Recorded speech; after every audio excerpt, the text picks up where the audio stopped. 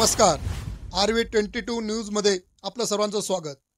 मनमाड गुरुद्वारा येथे जोडमेळा उत्सव चित्तथरारक प्रात्यक्षिक शस्त्रांचा कवायती करत सादर। मनमाड शहरातील शीख धर्मियांचं पवित्र असलेले श्रद्धास्थान गुरुद्वारा येथे गुरुदागद्दी सोहळा आणि सालाना जोडमेळा पारंपरिक पद्धतीने मोठ्या उत्साहाच्या वातावरणात संपन्न झाला। बाबा जत्तेदार रणजित सिंगजी गुरुद्वारा प्रबंधक मनमाड व संत बाबा बलविंदर सिंगजी कार सेवा नांदेड यांच्या प्रमुख उपस्थित पारंपरिक पद्धतीने जोडमेळा उत्सव पार पडला। गुरुद्वारात अखंड पाठ समाप्ती भजन कीर्तन लंगर आदींसह इतर धार्मिक कार्यक्रमांचे आयोजन करण्यात आले। दुपारनंतर शहरातून भव्य शोभा नगर कीर्तन यात्रा काढण्यात आली। ढोल ताशा पंजाबी बँड पारंपरिक हलगी डीजे यासह इतर वाद्यांसह मिरवणुकी झाली। यात तलवारबाजी यासह इतर पारंपरिक शस्त्र चित्तथरारक प्रात्यक्षिके दाखवण्यात आली। यावेळी सोहळ्यासाठी पंजाब हरियाणा दिल्ली उत्तर प्रदेश मुंबई मध्य प्रदेश यासह देशभरातून मोठ्या संख्येने भाविक आले। देशातील अमृतसर आणि नांदेड नंतर मनमाडचा गुरुद्वारा महत्वाचा मानला जातो। येथे दरवर्षी डिसेंबर महिन्यात गुरुदागद्दी सोहळा आणि सालाना जोडमेळा साजरा करण्यात गेली एक वर्षाची परंपरा आहे। दरवर्षीप्रमाणे यंदाही हा सोहळा मोठ्या उत्साहात